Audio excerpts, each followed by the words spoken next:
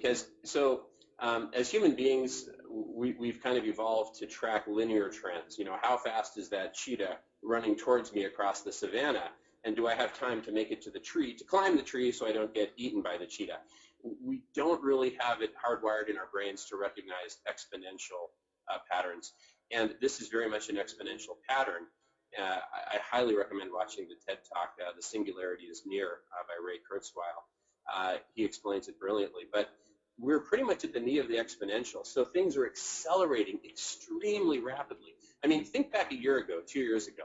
You know, how much breaking news was there about the progress of legalization? Maybe you'd hear something every 2 or 3 months.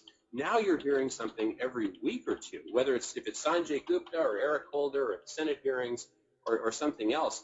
People are coming out all over the place.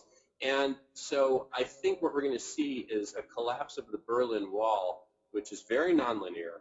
And so things could tremendously accelerate over the course of the next 24 months, to the point that a couple years from now we look back and are thinking, why were they moving slow as molasses to take down this utterly destructive failed policy of prohibition? The facts are so clear. Well, the thing is, there's still a lot of propaganda, as our friend Kevin Sabet voiced in the Senate hearings.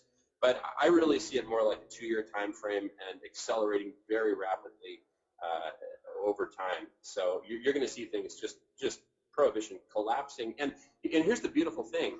The leading professional networks of cannabis companies are going to be the ones who are going to be able to accelerate that, because we're going to be able to go to state governments in the United States and state governments in other countries, and other states in Mexico, Brazil, wherever, and say, look, we've got a model for your state, because we're going to have experts working on localizing that model. That's another reason Uruguay is such a key international sort of test bed, because we're going to bring our best partners from the United States down with us to Uruguay and work with Uruguayan companies.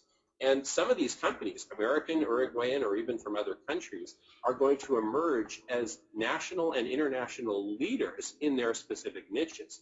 So it's exactly these private networks that are really going to accelerate things operationally. It's one thing to kind of sit back in the ivory tower and wait for things to unfold, or it's another thing to actually get to the front of the wave and accelerate and push it and make sure that it happens in the safest, most responsible, professional way possible.